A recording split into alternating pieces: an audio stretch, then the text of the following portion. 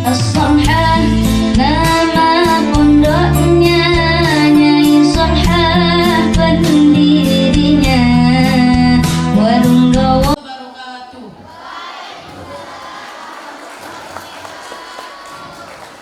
Di sini saya sebagai perwakilan dari kelas 11-2 akan menceritakan sebuah kisah, yakni Isra Mi'raj Nabi Muhammad SAW. Pada mulanya Nabi Muhammad SAW berada di suatu tempat, yakni Al-Hijarah. Beliau lalu didatangi oleh malaikat Jibril yang hendak mengajak Rasulullah ke sumur Zam-Zam yang letaknya tak jauh dari arah Ka'bah. Di tempat itulah malaikat Jibril membelah dada Nabi Muhammad SAW. Jibril berkata, "Wahai Muhammad, berbaringlah dan tenangkanlah dirimu. Aku akan menyucikan hati serta jiwamu." Pembelahan dada Nabi kali ini dilakukan semata-mata persiapan bertemu dengan Allah Subhanahu wa taala. Segala prasangka buruk yang terdapat dalam hati beliau harus dibersihkan.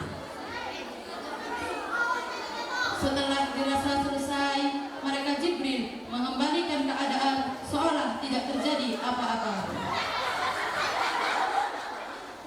Ketika Nabi Muhammad membuka mata, dia melihat seekor hewan yang menyerupai kuda. Hewan itu adalah buruk. Malaikat Jibril berkata kepada buruk, "Wahai buruk, sebaik-baiknya orang yang menunggangimu ialah Muhammad. Sungguh, engkau sangat beruntung kali ini." Nabi Muhammad pun menaiki punggung buruk, pergi menuju Masjidil Haram dan Masjidil Aqsa yang terletak di Palestina. Sesampainya di Palestina, Nabi Muhammad menambahkan buruk di sebuah besi yang terdapat di sana. Kemudian beliau memasuki Masjidil Aqsa untuk melakukan sholat 2 rakaat.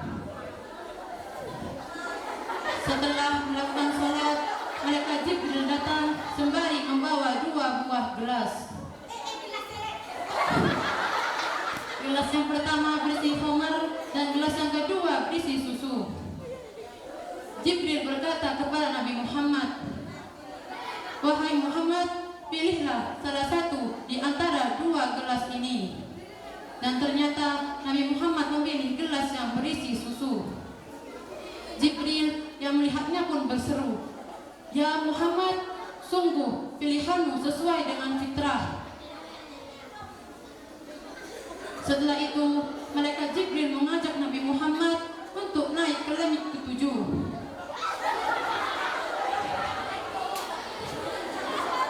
Di langit pertama, malaikat Jibril dan Nabi Muhammad melihat sesosok laki-laki yang berbadan besar, yang ketika laki-laki itu menoleh ke arah kanan, ia tersenyum, dan ketika laki-laki itu menoleh ke arah kiri, dia menangis. Nabi Muhammad yang melihatnya pun bertanya kepada malaikat Jibril, "Siapakah laki-laki itu, wahai Jibril?" Malaikat Jibril menjawab, "Dia adalah Adam, manusia sekaligus nabi pertama di muka bumi ini. Ucapkanlah salam kepadanya." Nabi Adam yang sudah mengetahui kedatangan Nabi Muhammad pun menyambutnya dengan hangat. Nabi Muhammad memberi salam, "Assalamualaikum warahmatullahi wabarakatuh." Nabi Adam menjawab salam, "Waalaikumsalam warahmatullahi wabarakatuh.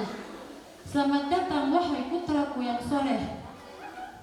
Di sana malaikat Jibril menjelaskan kepada Nabi Muhammad bahwa roh-roh orang yang ada di sebelah kanan Nabi Adam ialah roh orang para syuhada, sedangkan roh-roh orang yang ada di sebelah kiri Nabi Adam ialah roh-roh orang yang sengsara. Selanjutnya malaikat Jibril dan Nabi Muhammad pergi menuju langit kedua. Di sana mereka bertemu dengan Nabi Isa dan juga Nabi Yahya. Jibril mengingatkan Nabi Muhammad untuk menyapa keduanya. Nabi Muhammad memberi salam, Assalamualaikum warahmatullahi wabarakatuh. Nabi Isa dan Nabi Yahya menjawab, Waalaikumsalam warahmatullahi wabarakatuh. Selamat datang wahai Nabi Muhammad yang soleh, saudaraku yang soleh. Semoga kebaikan selalu tercurahkan kepadamu. Selanjutnya, malaikat Jibril Nabi Muhammad pergi menuju ke langit ketiga. Di sana mereka bertemu dengan sesosok laki-laki yang berparas indah, tampan menawan. Dia adalah Nabi Yusuf. Malaikat Jibril pun mengenalkan Nabi Yusuf kepada Nabi Muhammad, dan tak lupa pula menyuruh Nabi Muhammad untuk memberi salam kepada dia. Assalamualaikum warahmatullahi wabarakatuh. Wahai Nabi Yusuf, aku adalah Muhammad. Nabi Yusuf menjawab, Waalaikumsalam warahmatullahi wabarakatuh. Ya Muhammad, aku sudah mengenal tentangmu. Semoga engkau selalu diliputi oleh kebahagiaan. Lalu mereka melanjutkan perjalanan menuju langit keempat. Di sana mereka bertemu dengan Nabi Idris. Nabi Idris yang sudah mengetahui kedatangan Nabi Muhammad pun menyambutnya dan menjawab salam dengan hangat.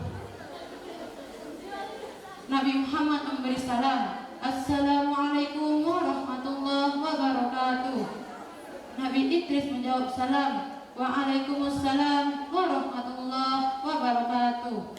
Selamat datang wahai Nabi yang soleh, saudaraku yang soleh. Semoga engkau selalu diliputi oleh kesehatan agar bisa bertakwa kepada seluruh umatmu. Kemudian malaikat Jibril dan Nabi Muhammad melanjutkan perjalanan menuju langit kelima. Di sana mereka bertemu dengan Nabi Harun. Nabi Harun yang sudah mengetahui kedatangan beliau pun menyambutnya dan menjawab salam dengan hangat. Malaikat Jibril mengingatkan Nabi Muhammad untuk memberi salam. Assalamualaikum warahmatullahi wabarakatuh. Nabi Harun menjawab salam, Waalaikumsalam warahmatullahi wabarakatuh. Selamat datang wahai Nabi Muhammad yang soleh, saudaraku yang soleh. Setelah berpamitan dengan Nabi Harun, malaikat Jibril dan Nabi Muhammad kembali naik ke langit ke-6. Di sana mereka bertemu dengan Nabi Musa. Nabi Musa yang sudah mengetahui kedatangan Nabi Muhammad pun menyambutnya dan menjawab salam dengan hangat. Namun Nabi Musa tiba-tiba menangis. Malaikat Jibril yang penasaran pun bertanya kepada Nabi Musa, kenapa engkau menangis wahai Musa? Nabi Musa menjawab, aku menangis karena ternyata ada nabi yang diutus setelahku yang umatnya lebih banyak masuk surga daripada umatku. Setelah berpamitan dengan Nabi Musa, malaikat Jibril dan Nabi Muhammad menuju ke langit ke-7.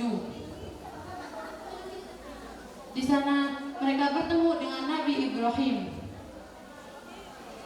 Nabi Ibrahim sedang bersandar di Baitul Ma'mur.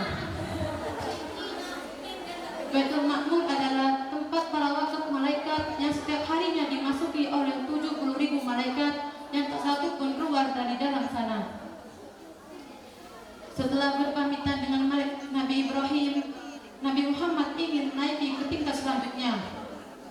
Tapi malaikat Jibril tidak bisa mengantarkan beliau dan hanya bisa mengantarkannya sampai ke tempat masuk pintu Sidratul Muntaha. Sidratul Muntaha adalah tempat yang terdapat di atas langit ke-7, yang dimana di samping itu terdapat surga. Nabi Muhammad memasuki Sidratul Muntaha dan dibuat terkagum-kagum akan keindahannya sampai ia tak berhenti untuk memuji kebesaran Allah Subhanahu wa Ta'ala.